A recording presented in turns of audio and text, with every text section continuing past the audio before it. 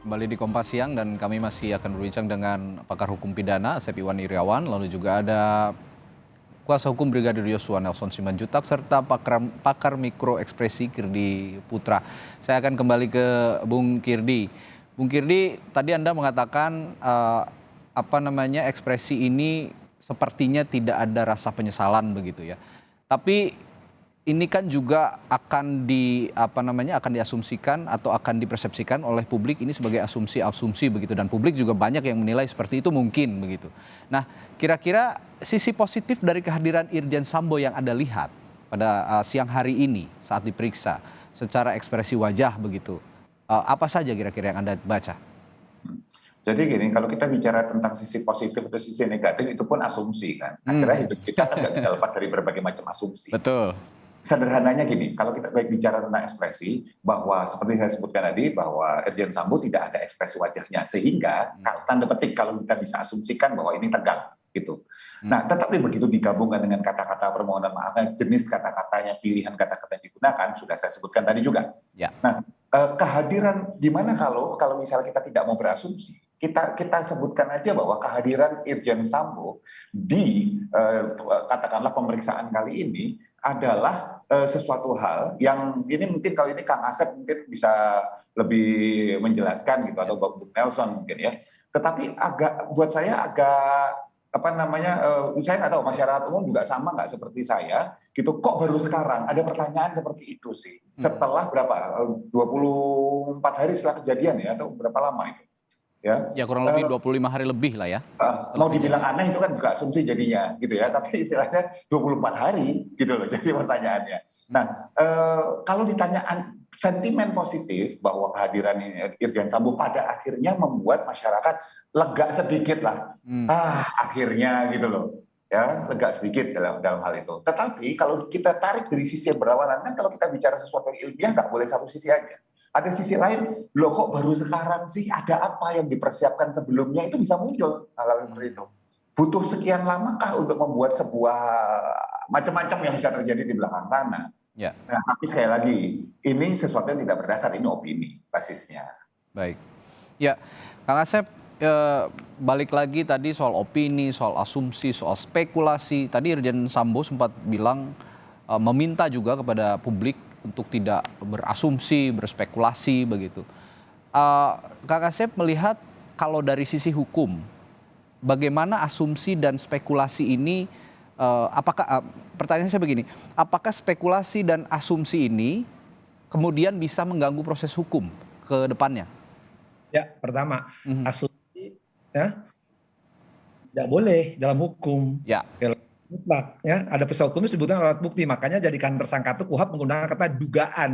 Itu juga polisi loh yang beri kewenangan. Mhm.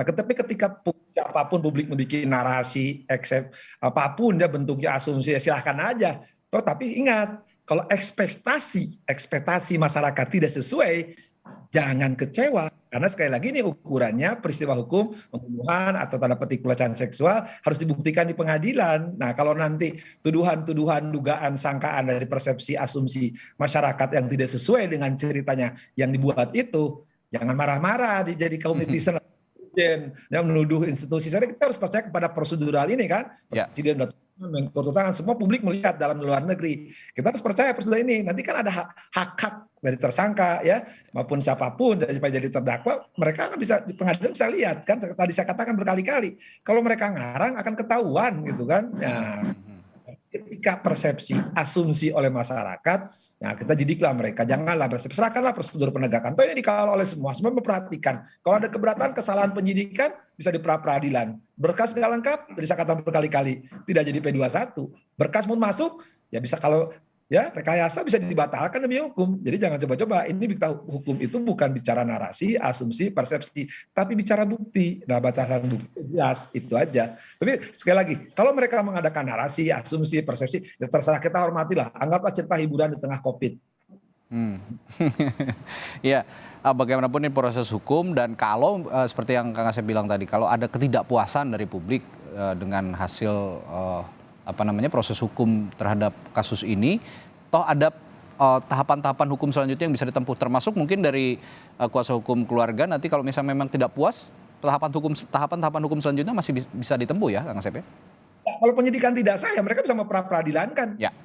Penyidikan bisa memperadilankan hak kok. Ya, sekarang jadi nggak bisa main-main di perkara ini, perkara menarik perhatian. Tapi sekali lagi ketika menarik perhatian, ya batasannya ini persoalan yuridis, bukan persoalan narasi apalagi asumsi. Ya. Itu dibuka siapapun kepada siapapun.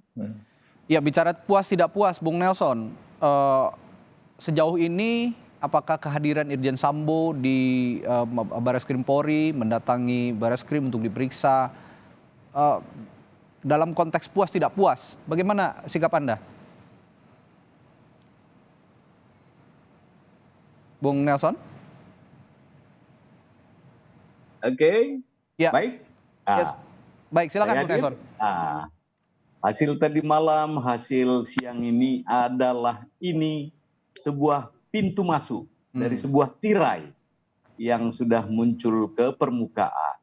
Senang sekali saya bisa kolaborasi dengan Profesor Asep dan Kirdi ini di dalam metafisika. Kalau saya kasih satu teori lama dari Lombroso, bagaimana perilaku-perilaku ini kita akan sikapi. Tapi tetap kembali ke fungsi kami, penasihat hukum keluarga.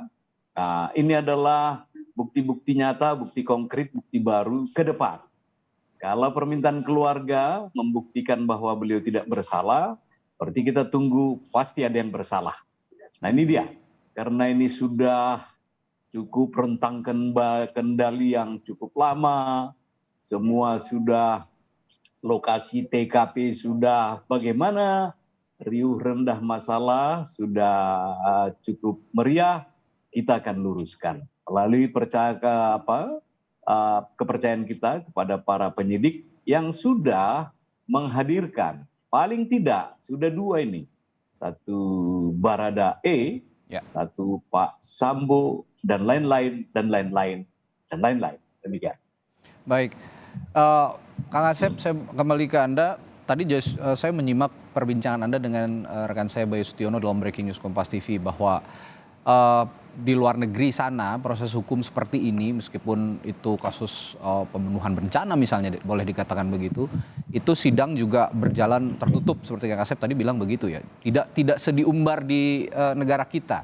Nah, kalau begitu, apa yang Anda lihat, yang bisa Anda gambarkan bahwa proses hukum di negara kita ini apakah ada intervensi berlebihan atau seperti apa?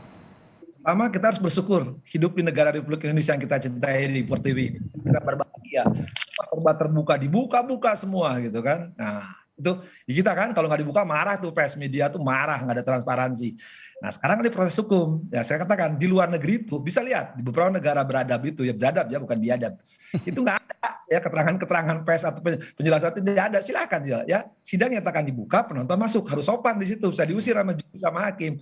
Nah kita telah meratifikasi ya, sekali lagi ya, hak sipil ya pasal 14 ICCPR pasal 14. Nah, dibuka tidaknya itu di pasal 14 ya, itu bahasa Inggris ya, tapi kita ratifikasi menjadi undang-undang. Ya, di persidangan boleh, terserah ketua majelis. Itu masih mending tuh di kita. Padahal di beberapa negara itu nggak boleh ya, hanya sedang dibuka, silakan di dalam. Tapi nggak ada siaran langsung kayak di kita. Hanya di kita aja, maka kita bersyukur ya. Media tuh siaran langsung, saya dengan Pak Nelson suruh diskusi, saya dengan Pak Kirdi suruh diskusi. Nggak apa-apa, hiburan saya dengan Pak ketegangan dengan Pak Nelson dengan saya hiburan gitu. Makanya kita bersyukur. Tapi sekali lagi asasnya ya peradilan tuh di awal penyidikan tuntutan masih tertutup, terbukanya di pengadilan, itu juga di ruang sidang. Cuma di Indonesia inilah sekiranya ada siaran langsung kayak main bola itu kan. Ya ICCPR. Tapi saya bersyukur lah, saya bisa bercanda sama Mas Kiri, belajar ekspresi, apalagi dengan Pak Nelson gitu. Kita tukang bercanda gitu. Maka nggak apa-apa, kita mas santai aja. Ya, ini juga tuntutan publik juga kan begitu kuat, dan ya negara demokrasi boleh dikatakan semua orang bisa berbicara, berpendapat, ya kita hargai begitu ya Kang Asep kira-kira. Jangan berpendapat sesuai pendapatan, kan sekarang banyak tuh pendapat sesuai pendapatan. Tuh teman-temannya Pak Nelson tuh banyak profesor ya Pak Nelson. Ya wah berpendapat, berteori ya, ingin tampil beda. Tapi jangan, sekali ini masalah hukum ya. harus dengan hukum. Koridornya tetap di koridor hukum. Ya, Kang Asep, Bung Nelson, dan Bung Kirdi, kita akan jeda sejenak. Namun saya akan pamit dulu ke Bung Kirdi. Terima kasih telah berbagi informasi, bergabung di Kompas siang hari ini. Dan setelah jeda kami akan masih melanjutkan perbincangan dengan pakar hukum pidana Asep Iwan Iriawan dan juga kuasa hukum Brigadir Yosua, keluarga Brigadir Yosua, Nelson Simanjuntak. Jangan kemana-mana, kami segera kembali.